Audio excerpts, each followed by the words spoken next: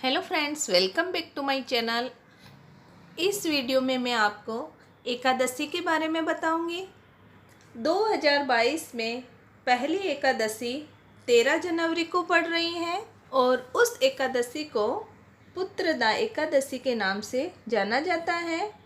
हमारे हिंदू धर्म में एकादशी को बहुत ही महत्व दिया गया है। साल में सभी एकादशियों का अलग अलग महत्व है। नाम से ही जाहिर है कि संतान सुख देने वाली है। जिस किसी भी दंपति की संतान प्राप्ति की कामना हो, उन्हें ये व्रत जरूर धारण करना चाहिए, जिससे पुण्य फलों की प्राप्ति होती है। अगर आप एकादशी करते हैं तो आपको एकादशी की कथा जरूर सुननी चाहिए। पुत्रदा एकादशी सावन में भी आती है और पौष माह में भी आती है। पौष माह के शुक्ल पक्ष की एकादशी है, उसका नाम पुत्रदा है, इसलिए इसको पुत्रदा एकादशी के नाम से जाना जाता है। इस दिन भगवान हरि की पूजन की जाती है। इस दिन फल और फूल से देव देवेश्वर श्री हरि की पूजा करनी चाहिए। इसी प्रकार धूप दीप से भी भगवान की अर्चना करें। अगर आप फल फूल श्री हरि के नहीं चढ़ा सकते हैं तो भी आप एकादशी करके ये कथा सुन सकते हैं, तो इतना ही आपको पुण्य मिलेगा। तो चलिए कथा शुरू करते हैं। पूर्व काल की बात है, भद्रावतीपुरी में राजा सुकेतुमान राज्य करते थे। उसकी रानी का नाम चंपा था। राजा को बहुत समय तक कोई वंशधर पुत्र नहीं प्राप्त हुआ, इसलिए दोनों पति पत्नी सदा चिंता और शोक में डूबे रहते थे। राजा के पितर उनके दिए हुए जल को शोकोच्छ्वास से गर्म कर कर पीते थे। राजा के बाद और कोई ऐसा नहीं दिखाई देता जो हम लोगों का तर्पण करेगा। ये सोच कर पितर दुखी रहते थे। एक दिन राजा घोड़े पर सवार हो गहन वन में चले गए। पुरोहित आदि किसी को भी इस बात का पता न था। मृग और पक्षियों से सेवित उस सघन वन में राजा भ्रमण करने लगे। मार्ग में कई सियार की बोली सुनाई पड़ती थी तो कई उल्लू की।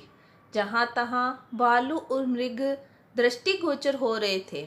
इस प्रकार घूम घूम कर राजा वन की शोभा देख रहे थे। इतने में दोपहर हो गई। राजा को भूख और प्यास सताने लगी। वो जल की खोज में इधर उधर भटकने लगे। किसी पुण्य के प्रभाव से उन्हें एक उत्तम सरोवर दिखाई दिया, जिसके समीप मुनियों के बहुत से आश्रम थे। शोभाशाली नरेश ने उन आश्रमों की ओर देखा।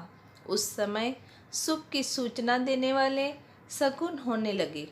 राजा का दाहिना नेत्र और दाहिना हाथ फड़कने लगा, जो उत्तम फल की सूचना दे रहा था।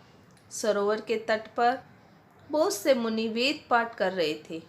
उन्हें देखकर राजा को बड़ा हर्ष हुआ।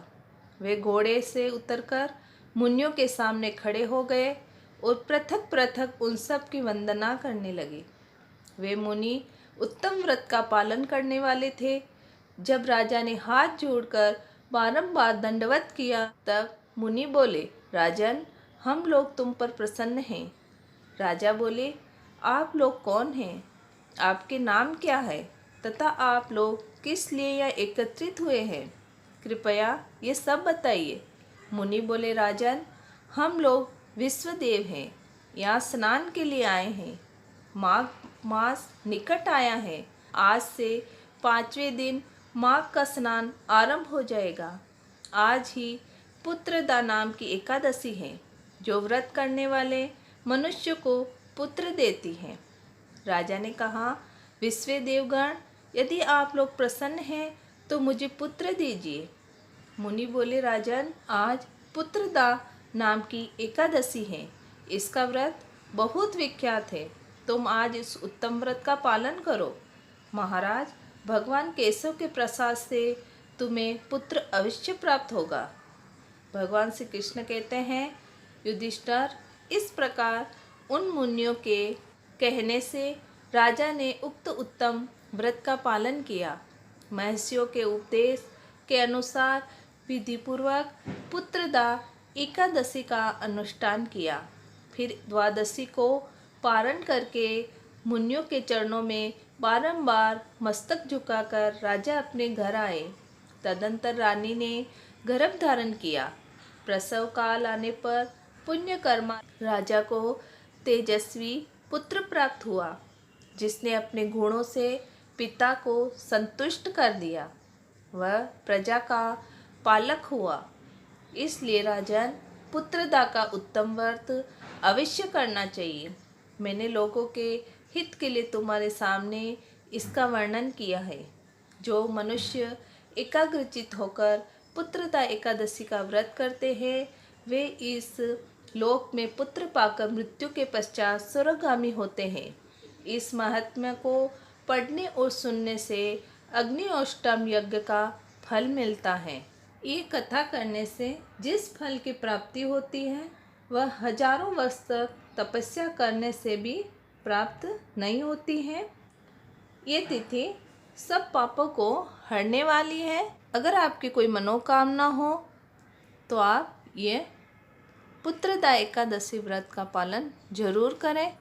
आई होप ये वीडियो आपको पसंद आए। सब्सक्राइब करना ना भूलें।